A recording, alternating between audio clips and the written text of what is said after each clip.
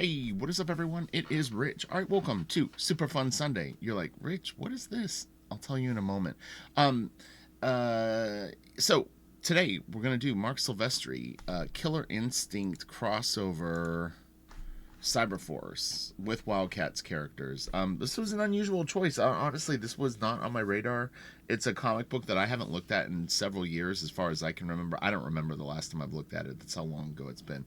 I would have preferred to grab something further down the line from Mark, but it just wasn't going to happen today. So I thought that this would be interesting. I remember thinking that these issues look like there was quite a bit of effort put into them. He did three. It was, I think, a 6 issue mini series thing, and I don't know if Scott Williams inked it all. We'll see when we get inside. But he did the cover. It looks great. And yeah, so tomorrow, I'm nearly sure Heavy Metal is going to announce the thing that I'm doing for them. So here's a panel from one of the pages. This is a fairly small panel on the page. But anyway, it looks more splashy because I've blown it up big. But yeah, so I'll tell you a little bit about it. It's a 150 page series. I think that they're going to break it up into 5 or 6 25 to 30 page comics. The first one should be coming out really soon. And if I was going to describe the story, it's a little bit like Tron meets Mad Max. So there's two sort of worlds that it exists in, which is modern day Earth and then Earth in the future. And that's all I'll say for right now, but that'll give you the basic idea of what it is. I can't say the name of the title. I can't say who I'm actually working with, etc. But anyway, yeah, so this is a tiny panel from one of the pages. This is, I think, a 7 panel page, so you can put that into, the like, you know what I mean? It looks like a splashy image, but again, it's a 7 panel page. It was very, very challenging to work on this stuff. I've kind of described it as I was really in Blaster Kid headspace, and then to be offered sort of more of a futuristic sci-fi. I don't know. It's just it's got a different vibe, and then the real world stuff was interesting. But yeah, I'm excited. It'll be cool. It'll be nice to finally have it out there and people know what it is. And I have, I think, 8 pages left of the first issue, and then I'm going right immediately on to Blaster Kid. And the deadline for these books is every 3 or 4 months, so they don't come out super fast. It's just they're rolling it out in a different way because of the, what do you want to call it, like the what do they call it? Like, I'm working with a musician, so it coincides with sort of their own release dates with things that they're up to. So anyway, all right, let's get to the Marc Silvestri stuff, and should be fun. So all right, Killer Instinct, Cyberforce, boom. We've got Warblade, Ripclaw. I can't remember this guy's name. I know it's Impact Mall, Grifter. What was this dude's name? Cyborg? No. We'll see. I'll figure it out. Or maybe he's not Ballistic. Ballistic is the girl. So I think what ultimately got Mark on my mind was Lee Bermejo and I briefly talked about Mark, and we were saying like how good he is. But I thought it would be interesting. I'm gonna turn this gray and see if I can remove a little bit of the value. I just want to see how Mark constructs stuff, to be 100% honest. I'm just kind of curious of how he handles superhero bodies and stuff like that. I'm really trying to fine-tune that. It wasn't something that I really intended on drawing, but some of the costuming and stuff that I need to do is somewhat similar to how you would do this type of materials and stuff like that. So it can't hurt me to observe someone who arguably is one of the better superhero sci-fi pedal to the metal artists. Doesn't get much better than Mark. He's great because he's got the excitement of an image artist, but yet he tell like he's into good stuff. I wanted to see if this would It's a little too washed out. I've seen some of these originals. Scott Williams one time brought in, I don't know if it was a bunch of originals or photocopies, but it was interesting to see. So, let's see. I want to see this. So, Scott Williams did the inks. Scott would use assistants. He used assistants very minimally, though, generally speaking. Scott would do the heavy lifting, but, things like panel borders, filling in the black, kind of busy work in terms of the ink flow, because Scott was inking multiple people at this point. He would work on Aaron Weisenfeld a little bit, or he inked a little bit of Dale Keown. He's doing Silvestri. He's doing Jim. He inked some pages of the Wildcats special, the very first Wildcats thing that Travis did. So he was a busy bee, and he needed the assistants to do some of the more menial.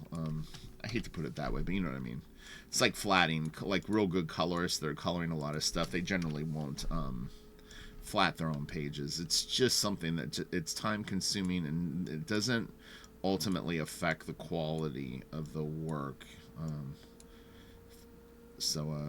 it's so good, man. It'll never happen, but it would be fascinating to see like artist editions of these books.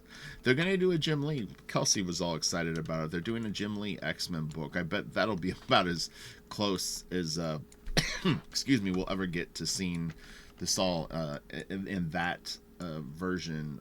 But that'll be fun. It's interesting. So drawing the story that I'm doing for heavy metal, I've mentioned a few times. It's really cool to see a style evolve based on the story, which is kind of how I always pictured that I would work. It's not so much like I come to a particular job and go like, this is how I'm gonna do it. I kind of just acclimate to the story and let the story guide me. So when I originally agreed to the job, the vision that I had in my head, funny enough, was, and I've tried to explain this so that it doesn't get confusing, is I wanted to do kind of a modern day Jack Kirby type style. But when you say that, I think people picture Jack Kirby, aesthetics more than other things.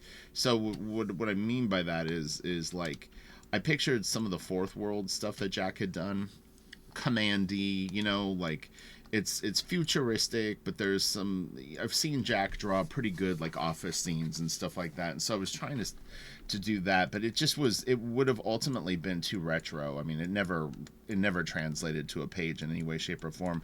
What ultimately ended up happening is like, as I drew more stuff, I think that and I've said this for years, that J. Scott Campbell and I have a lot of similarities if I'm just drawing what I consider cartoony stuff. And sometimes when I draw comic book stuff, if I'm not going in a horror type slant, we'll end up sort of looking a little like J. Scott Campbell on the early Gen 13 issues. Not the mini series, but like the regular series, like issues 1 through maybe 6. So I see a little bit of that in it. I definitely see a Silvestri sort of thing here and there. It's weird where it pops up, because none of it's intentional. I'd never sit down and kind of go like, oh, I try to draw this like Mark or draw this like whoever, but it just sort of happens. And then I see a little bit of early Travis Wildcats, not the earliest early stuff, but kind of like maybe like his year 2 stuff. So it's a weird blend of like those 3 things to me. But who knows what other people will see in it. But yeah, it really isn't the same style as Blaster Kid, to be honest. It's like Blaster Kid is definitely would be more along the lines of this, with like splatter and a lot of like very dark stuff. I always like this page. I'm sort of skipping ahead. We'll revisit this in a little bit. But I remember when I first started doing fan art, I would circle back to this piece a lot, and I really could not wrap my brain around what Mark was doing in terms of like all these shapes that he would use. I'd see him like on the legs, all these triangles, and like what's funny is this looks way more simple than it used to me. Like, I'm looking at it now, I'm like, this isn't really that complicated. When I well, let me see it in color. Yeah, I don't know. It seemed like there was a million shapes on the legs at the time. That's really funny. It's weird seeing it now, actually, because it doesn't look that confusing. But let me go back to the gray. But yeah, like if you've ever tried to learn how to draw folds or something like that, and you look at Mark's stuff and you just see this type of thing going on, I mean, you really, really have no clue what he's really indicating unless you actually understand how to draw folds. Um, so it's interesting to see. Now, God, I like if I would have tried to like, I would have thought that there was like 5 times the amount of like shapes in these legs. So that's interesting. His faces like are so weird looking too. Like this looks fine, but man, that is like she looks like an alien, like a bug. It's, she's attractive looking, not her face maybe. I think like the thinness of her legs makes her look kind of like she you would go, oh, that's a hot girl character, but her face is actually kind of ugly. Like I you know, she looks mean and she looks kind of crazy. He definitely Mark does really really pretty girls though. The sword is cool too, actually. I don't remember her ever wielding a sword. This is actually funny. I didn't even really realize that she has this bullet kind of thing going on. I threw it on Blaster Kid. It's not something that she runs around with all the time. It would be a little. She'd be a little too encumbered. But when I was doing some of the promo art, I just thought it was a fun look. But I didn't get it from this. It's probably more of like I don't even know, like Death Blow or something. I always liked this page. I thought this page was great. These are very saturated scans of the art, but I always thought that this was such a badass page. It's got like the John Buscema thing kind of going on a little bit of Bernie Wrightson. Let's see if we can get a little later. Yeah, it's cool. But again, stuff like this, same deal. This I used to think looked so complicated. Now I actually see what he's indicating, and then what's kind of like we'll call it artistic expansion of ideas. But I see the core ideas that he's putting down much more clear now. So that's cool. Also, like for people learning and at different stages of learning, I didn't test Lee, but when I asked Lee a particular question about like did he ever grind and do like head studies and hands and all that stuff as he was trying to learn to draw to break in, he said no. And I've been telling people that if you really, really want to draw comic books, I don't think it's necessarily a must to sit and just grind through anatomy studies. You can definitely do it and will benefit your work.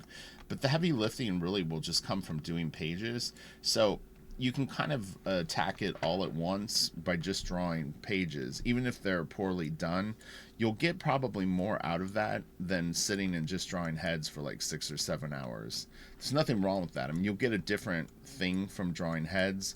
The problem is that then porting it into your drawings. I think that there's so much to learn in drawing pages that you might as well, if you're really serious about drawing comic books, just take on pages, because it's going to force you to learn everything at once, which is in reality what you're going to need to be prepared to do, because there's no way to know how to draw all this stuff. It just doesn't happen any other way than learning how to be able to fake things, you know. You have your foundational stuff that you pick up, like Mark clearly knows anatomy and how to build these shapes, but you incorporate it. It's the same with perspective. We've been talking about perspective a bit in some of my Patreon videos. I tell people, I'm like, I don't really think that you can just learn perspective all at once. Like you can go through the books and kind of you'll pick up things, but really using it is where you start to really understand it, and then you actually understand how to use it as an artist, which means that you're actually kind of bending it to your will. You can have multiple horizon lines in drawings. It's really, I've seen Jim do it on pieces where the horizon line might go right like here, like, but he'll have a second one up here just because it benefits him and doesn't make the shot look weird. So, you know, you're not going to learn that in a book. You're going to learn it from doing it. I had to draw a cocktail party recently, and same deal. It was like the vanishing point worked for the floor, but it didn't really work for the whole room, and it made everything look weird. So I just created a second, you know, horizon line, really. I mean, it would be like, I'll show you on a different shot. This is nice. I forgot about this. Let's see how he does the anatomy. Yeah, it's art. You take artistic liberties with it. Sometimes you have to make the call of, like, does it look cooler drawn one way or the other, Curious about how he does hands, too. It's like, I was getting pretty good at drawing hands, and then occasionally I'll have to draw a hand, and it's like it feels like it derails, like at different positions, and so it's like always interesting to see like how they're rendering the knuckles and stuff like that. Excuse me, that was rude. I caught myself burping in another video. I didn't even notice I did it until I watched it back. This is always a tough angle for hands, I think. I always like the way he draws velocity, especially in these small shots. Mark's great with removing lines and breaking things up. I mean, you can really kind of see it as you move through. And he had great inks. I mean, to Bat's credit, because Scott Williams had set a very high bar on Mark's work. When Bat came in and started inking Mark, I had never heard of his work. He did a great job. Oh my God, it was so good. That would have been around issues 10 or 12, I think, of Cyberforce. I could be wrong when he hopped on. It could have been sooner, but I remember in particular a cover for, I think, issue 10 or 12 that was really good. And I was like, dude, who is this? This is great. This is a lot of panels on this page. We got 1, 2, 3, 4, 5, 6, 7. Yeah, so like here, this is what I'm talking about. 7-panel page. Like that preview that I showed you, the panel that you were looking at was probably about this size. Maybe like this, but then sliced right here. So 7-panel page, you really start to have to fight for space, especially if there's a lot of exciting stuff. But Mark did this nice.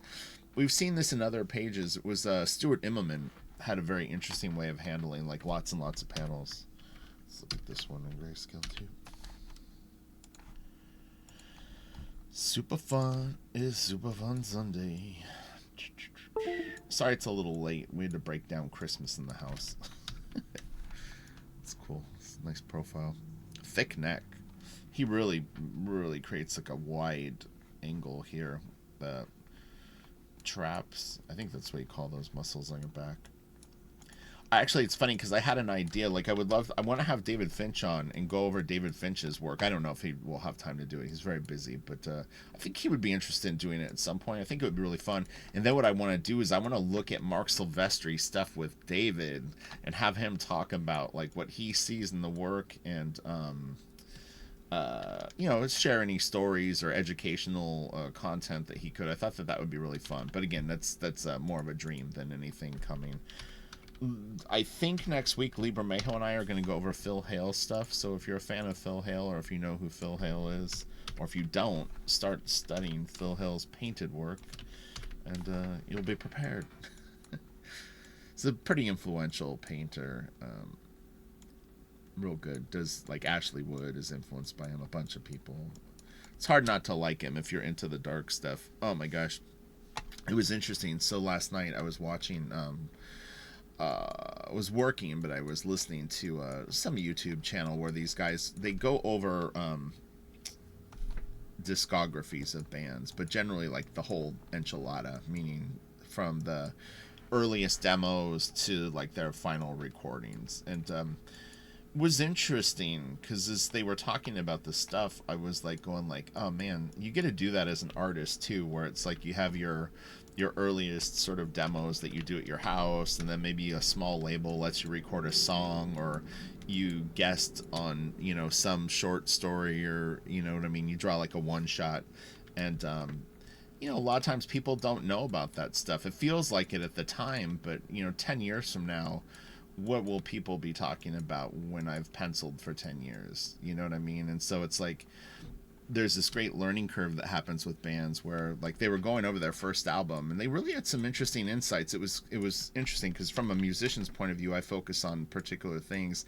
And these guys, one guy sounded like he might have been a musician, but they had pretty interesting ideas, and they were focused on different things that I wouldn't normally focus on. But it really made me start to think about art, and I was like, man, The next like 3 to 5 years for me are gonna be so fun, because even Lee said, he goes, man, you're gonna just learn and grow so much over the next couple of years. And I'm just like, yeah. It's like I got this is my demo album. Blaster Kid will be my first album, and then or whichever, however you want to look at it. I think the growth curve that I'll have on the heavy metal job will be pretty cool to see, from the first issue to the like last, you know, it's 150 pages, man. It's gonna put me through my paces. I will definitely be a very different artist at the end of that process. So it's exciting, you know. It's a really, really cool opportunity to. This is how I described it, because I experienced this at Wildstorm. I've talked about this a little bit in other videos, but when I first got to Wildstorm, I had only been inking for about a year, maybe 16 months, and of that time, I really didn't even ink that much. So it might have been 16 months from when I started collecting comics to breaking in, but of that 16 months, I maybe only inked like 4 or 5 months. So I found myself a lot of times disappointed in what I could do. I definitely had enough strengths to, you know, the potential was there to be good at inking, but I just didn't have the miles. I didn't have enough pages under my belt. I didn't have enough drawing experience to really be at a level of like a Scott Williams or Trevor Scott, because Trevor could draw pretty good. Like, he knew comic book art, and so like if you had Trevor draw a pinup, he could draw at an image level. I couldn't. I didn't know how to draw comic book art. I could draw well, but not that stuff. It's a different set of muscles. I could just draw things. Like maybe like like a dwarf in a forest. I could impress you with something like that, but I wouldn't be able to do superheroes with all this rendering. I didn't know the language, and so I always felt like many times I remember the first like 3 to 6 months I was at Wildstorm, I would go home and I would kind of like be like, fuck, man, I'm just like not as good as I want to be. But I was always excited about the next morning, because I knew I got a chance to go back up there and sort of improve, you know, focus a little harder. It's like, you know, hold on to the brush a little tighter, make the rendering a little cleaner, you know, really pay attention to like how I'm gonna, you know, approach some particular thing. And with drawing, it's like that too. You know, each day when you sit down to draw, it's sort of a new opportunity to, you know, pay more attention to the shoulder blade, spend a little bit more time making sure that the proportions are right, you know, and some days you're just more focused, you have a little bit more energy, and other days, you know, it's just a different experience. And so consistency, I think, has been huge. These are nice, man. He can do really cool profiles. Sometimes they get a little drifty. This is awesome too, actually. Let's go grayscale this. But yeah, it's an interesting thing. So it's like I already know kind of what to expect over the next like 5 years, because you figure from the time I broke into 2000 was me being completely novice pro, just with barely any experience. I remember meeting JJ Kirby, and he did this really quick sketch of Union. Maybe it took him 20 minutes, a half hour. It's just like a rough, basically. And he goes, here, you want to ink this? He goes, just hook it up, do your thing. I'm like, I don't have a thing. I don't, you know, I don't know how to embellish. I just knew how to feather good and do line weights in particular spots, and that'll get you far. But over the next 5 years, I went from that to inking some books to getting that opportunity to work with Travis, and it's like, you know, that's kind of what I'm going to experience now. So it's exciting to just go like, fuck, man, like 5 years, I could be in a very different spot. So it's cool. It's hard work. You have to be committed to it. So be committed. This is cool. Lots of muscles.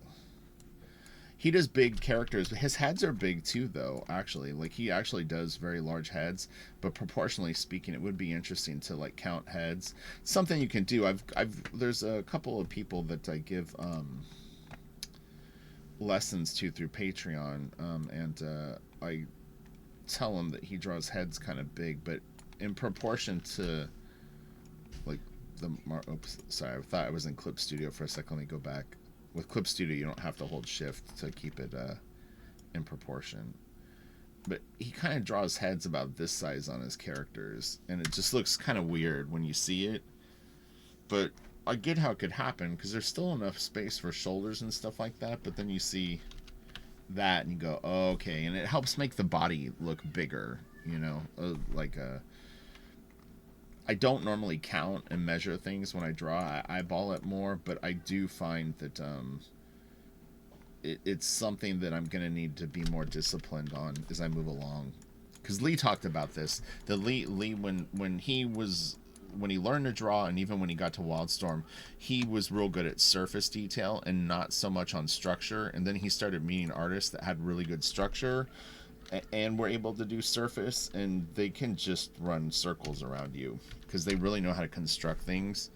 And really, ultimately, what it comes down to make real solid and you know, not wonky drawings is you really have to understand the measurements. But you can, you can come at it from a lot of different angles. That's why I'm saying what I was saying about is drawing pages. You're going to learn a lot of different things from it, and then it's easier to fine tune. Like this eye is too big here, and you know, less.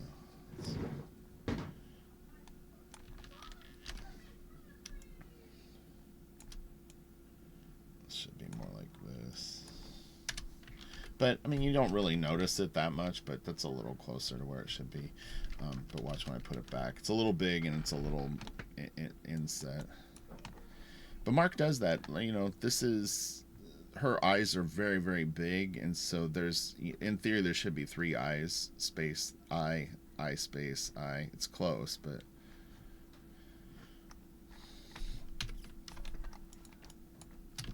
I'm really curious to see Mark's Batman thing that he's been working on. I'm really hoping that it comes out this year, even if they release the first one. And then I'm wondering, too, if it's done in this Wrightson style that he's been showing, like if they color it, it's going to really obscure a lot of that detail. But I can't imagine that DC is going to release it initially in black and white. I think that we might get a black and white version of it. Why not double dip, right, if you're the company? But I find it very highly unlikely that it will initially come out in black and white. I would be shocked if it did, in fact. So these are great faces. This is awesome. This is awesome. This is great. This is really good. This is tough. This is classic Image shot. The Ryan Benjamin would use this a lot. Probably. It's, I don't know if it's like a Jim Lee thing or who. But, oh. Can tell I've actually been in Clip Studio a lot.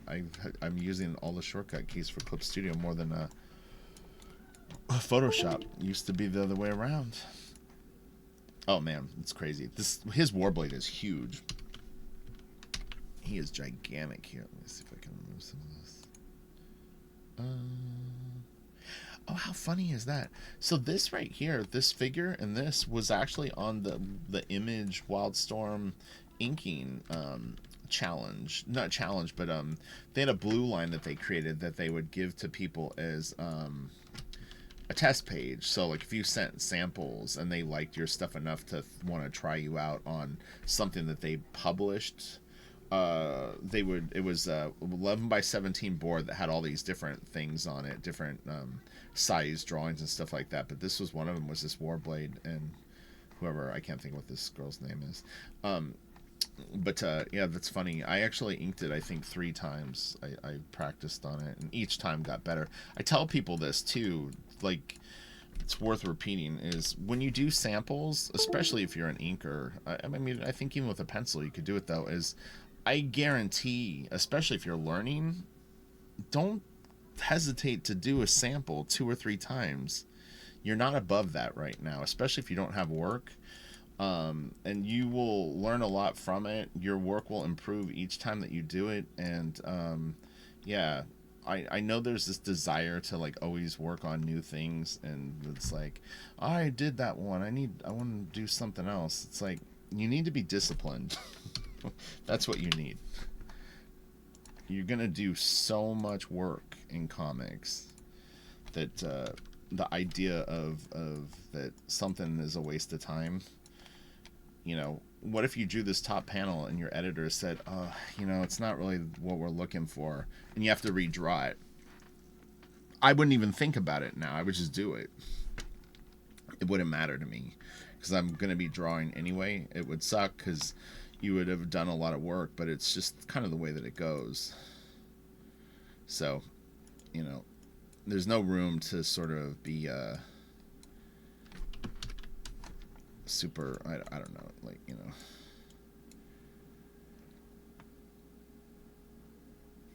nice little gestures. It's got good silhouettes too. This is a very exciting, like, outline to the character. This is cool too. This is nice. So look, people that checked out Super Fun Sunday, they got to see a little tiny bit of my heavy metal thing. The cover is kind of neat. I'm excited. It'll be interesting. I think they're sending out the press release tomorrow, but I think with the press release will be the how are they promoted. I'm not sure exactly how heavy metal goes about stuff like that, but be cool. They're gonna show the cover plus 5 pages that I did. So, and it was literally the first 5 pages. I mean, I was designing stuff. I designed everything in the book, so I'd never done that for someone else. But yeah, I read the script and it was like, oh shit, there's like none of this has ever been drawn before. And there was no real descriptions either. That's the thing, is it wasn't like, oh, so and so is a 7-foot tall, female with flowing red hair and her cybernetic arm has this, that, or the other. Nothing was ever described that way overly. So everything was kind of like, oh man, like what should I make this person look like, or that person? But it was a good experience, and they accepted everything that I did, so that was cool. We fine-tuned the main costumes just a tiny bit. It was like, oh, have a little bit more of this or that. But overall, it all went through. They're making a toy, too. It's actually, I think they're going to promote that, too. But there's a toy based on my costume design for the main good guys. So that's kind of neat. I've never had that before. Things are moving fast for me. Let's see. That's a tough shot. Mark sometimes he even goes a little crazy with some of these things. I like this, actually. This profile is really good. I use this process. The reprints of the Marvel books, when they use the really, really bright colors, you can actually remove the color quite easily when you turn the file grayscale. This is more of gradient colored, and so it sometimes eats up. These are also not great scans, but I actually went through and did a lot of the X-Men stuff that Mark did and removed all the color digitally. Like I turn a grayscale, then I take the Control L or Command L if you're on a Mac, grab the far right eyedropper, and you can remove the gray. And I like to study to black and white art because ultimately that's what I'm focused on when I draw pages or pieces. And I'm a huge fan of color, but I would rather kind of get used to seeing, how much detail is on a page, what's drawn, what's suggested, and whatnot. And then once I get good at that, then you can start to incorporate things. Again, it's construction. Yesterday I was working on a double page spread, and it's a huge party in like a ballroom, and it's a lot of stuff to draw, and it could be intimidating. But the thing is I go panel by panel, construct what I need to draw the people, and if something doesn't look exactly right, I know that I'm going to be spending time drawing other stuff, and I can come back to it in an hour or 2 hours from now and kind of fine tune it, and then I'm going to be inking it too, so that's another opportunity. So it's just this process of building stuff up, putting stuff down, seeing if it looks good, and then kind of moving things around and adjusting things, and you've got time to adjust things while you're working on the piece. You don't have to be married to the first idea that you put down, especially now if you're working digitally. You can, you know what I mean? Like if you realize this eye is crooked, you could fix it. So we have advantages that other people sometimes didn't have in the past. But ultimately, you should be drawing the stuff. I wouldn't get too hung up on too many digital cheats, because then you're not really going to be a self-sufficient artist. I mean, you could get work, but you want to be able to draw. I mean, that's kind of the fun of it too. Use all your learning tools as training wheels, and then kind of try to free yourself up. It was interesting that Lee works digitally. I really didn't know that. I honestly always thought that all of his work was traditional, and then I got a sense that, oh, I remember this too. And then I thought that he, at the end, like after he would scan the art, would maybe put like little blurs or defocus things, or like if you want to put like a white highlight around something, or a glow, you could add that in. But yeah, it's interesting. I did a batch of the heavy metal pages 100% traditionally, and then I had a bunch of stuff that was on Earth, like real world stuff, and I did all of those in Clip Studio, where I just drew in Clip Studio. But it was just in case I wanted to change things, that I would have the ability to do it. And then I'm going to circle back to going back to the boards as I move back into the more of this kind of stuff. But I had a huge chunk of pages in a row that were all like stuff that I really never drawn or practiced, and I was like, oh man, as picky as I am, it was going to be a problem to do them traditionally. I also knew, and I asked Lee about that, the original art, look, a splash page with these characters is going to be way more interesting and sellable than Ripclaw when he's at his day job and he works at Bank of America, and he's ringing people up, and some bank robber comes in. So I think Jason Fabok hops back and forth between traditional and digital. Blaster Kid will be all traditional, but yeah, for the heavy metal story, I'm gonna just bounce back and forth between the two. It just depends on what I have to draw, my familiarity with it, because it's like I can't get stuck being like a perfectionist on pages that need to get done.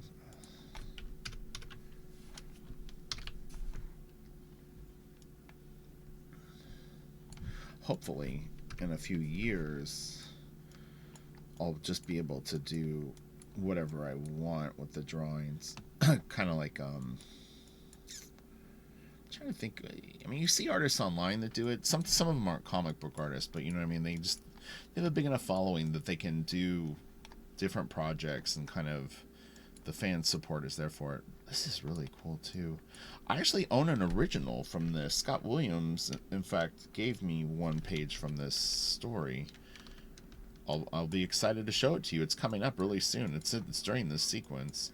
What's funny too is he brought in a big stack of pages, and he said it was me and Carlos Deanda, and he said, if you guys want a page, just go ahead and take one. I was like, damn. But then I felt guilty, and I didn't want to take a real nice page, so I took a nice page, but like not like a knockout. It was funny.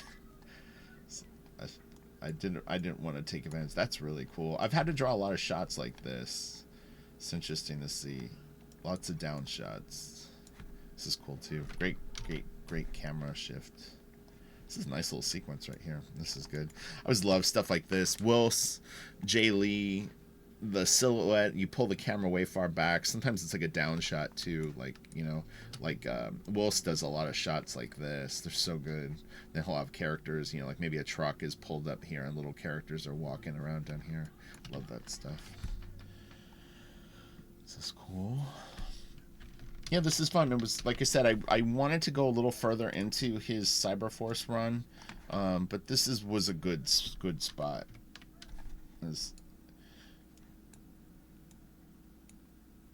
Man, I wish these scans were better. Even the original books printed very saturated. The colors were super hot. Coming in hot. This is a nice face too.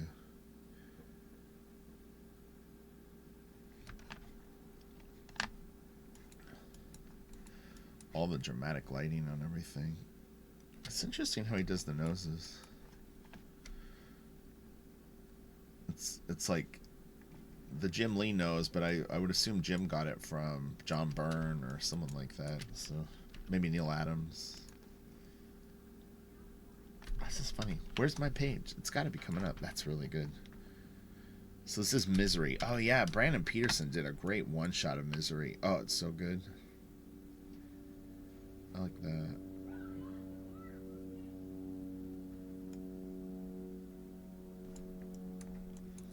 Oh, that's so cool. Damn. Light. It's like it's coming from right here and lighting him up. This is cool too. Nice silhouette. Rah! You traitorous witch.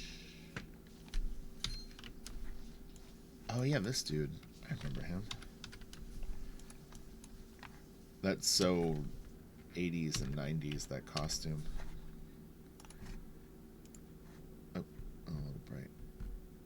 Coming in a little too hot. Let me pull out a lighter gray. Where you touch the board with the eyedropper will take out all the gray that surrounds that value. So if you hit something that's too dark, it'll remove like too much. That's nice face. Yeah. Yeah, Mark is so good. I would have loved to have worked around Mark and seen him draw.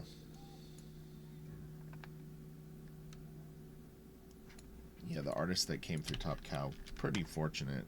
I can't complain, but still, Mark is bad to the bone.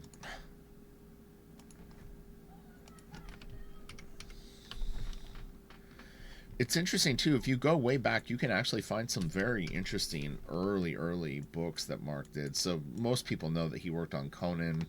There's a Submariner annual that he did, but he did like a ghost story for like EC or Marvel that's pretty early. There's like a war comic that he did. A bunch of like if you Wikipedia him, you can find the early stuff he did. But there was a small little bundle of work that I didn't even know back then. I knew that he had worked on King Conan. I knew he had done the Submariner, and I thought those were the earliest. But there was a few little things that he did before that, and then he did like an Avengers 60-page book. So he had drawn a lot before he started doing the X-Men. I mean, he definitely had at least 2 years worth of work before he did his early stuff on the X-Men. And then I think he went from X-Men to Wolverine, and then Wolverine to Image. But yeah, there's a surprisingly large body of work. What is going on? Oh, it's pretty cool.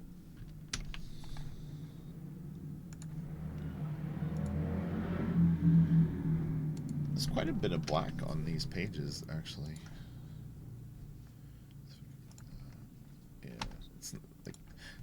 It's kind of newsprinting, but you can still kind of see the drawing. Pretty nice. It's got a nice layout.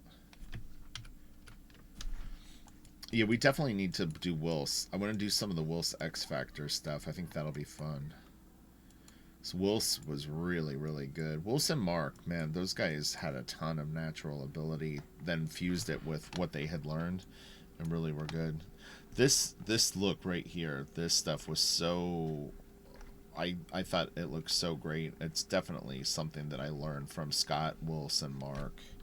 Is that just is like, I think the most badass looking like hair rendering kind of thing. It really, really looks good.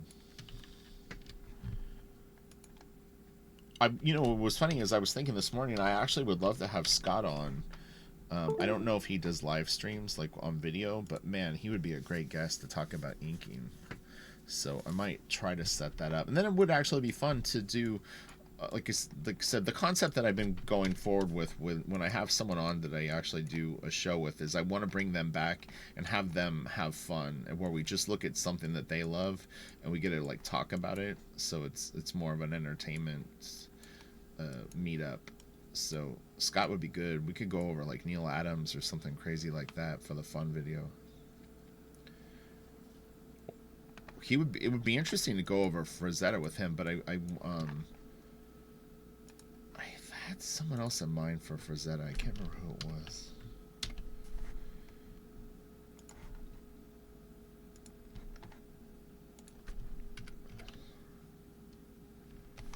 Powerful arms and razor sharp claws slash their way through the man and machine as a binding hail of bullets breaks the room into. That is so good.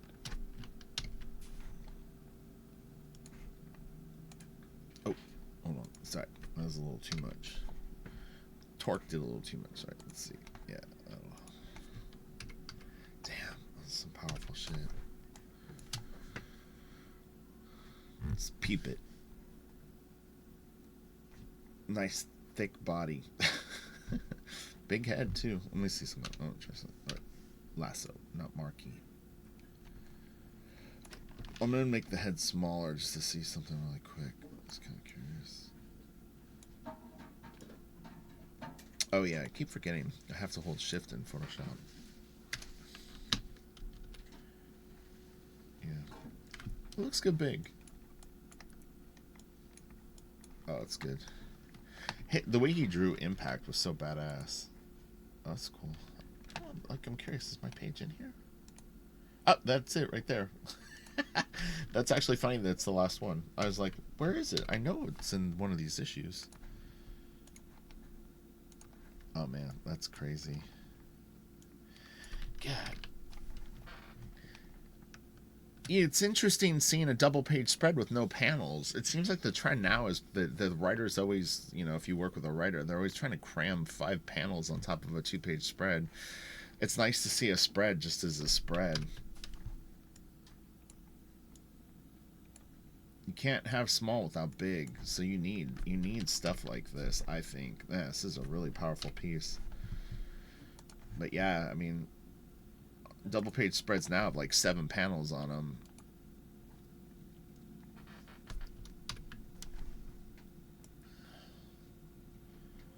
It's crazy. I've never actually drawn anything that big on a board. It's like, you figure if 11 by 17 board, this guy like almost fills the whole page. It's crazy. You don't even really do drawings that often. Like if you think about your favorite artists, think about how many times they've actually filled a whole page full of a figure like that. It's not as common as you would think. It's tough if you actually draw it on the board too. It's actually difficult to keep it in proportion. It's a little easier to draw it small. Let's see, we'll go in order since it's doing this. I remember this page. It's funny.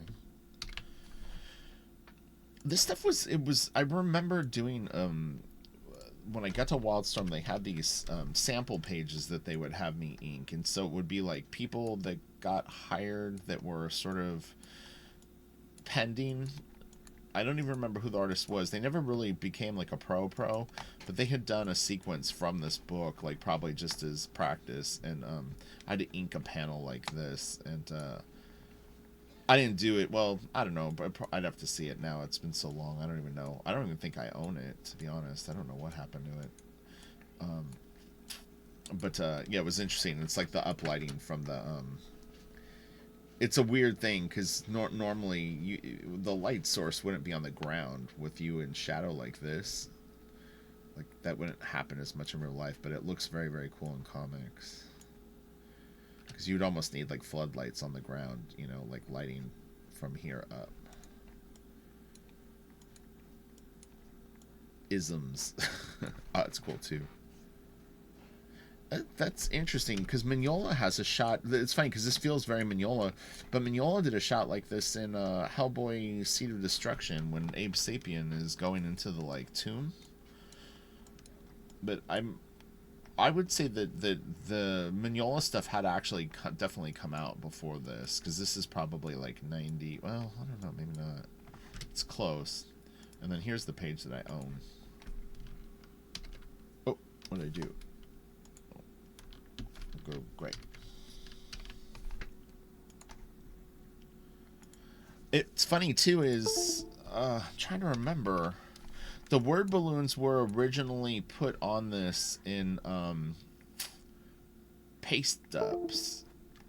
I'm nearly sure they were paste ups. So it's lettered on the board, but they're pasted down, and they all came off. And so I have them like in a bag. And the original has no word balloons on it, but you can see where they were. I'm trying to remember if the art. I'll bust it out and see. I'm thinking that these are full figures. Like I think it was drawn and then they put the word balloons on it. So I think that the art is all intact underneath this. Yeah, that'll be interesting to see. I'll post it on Twitter later. So I'll put links to my social media. But yeah, I'll tweet a photo of this page. All right, you guys have a great day. Have a super fun Sunday. Tomorrow, like I said, the heavy metal thing I'm nearly sure is announced, so I may do a video, and I can go over the promo pieces and talk about it a little bit. It'll be fun to finally be able to say the title of the book, the artist that I'm working with, meaning the musician, and yeah, talk about it. It's really really cool. Like I said, it's a cross between Tron and like Mad Max. And it gets wild. It gets really wild, in fact. It's a pretty crazy story. So if I draw it well, it will be very badass. All right, I'll talk to you guys later. Bye.